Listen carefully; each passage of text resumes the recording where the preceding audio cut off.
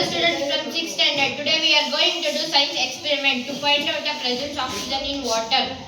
To find out presence in oxygen water, requirement materials: plate, water, candle, matchbox, transparent glass.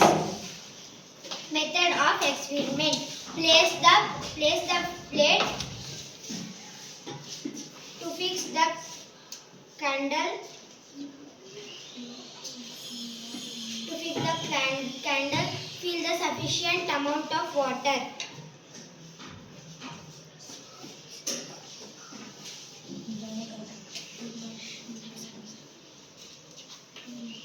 Light the candle covered with inverted glass tumbler. Observation. You can see water rises and the candle go off because the candle take dissolved oxygen in water.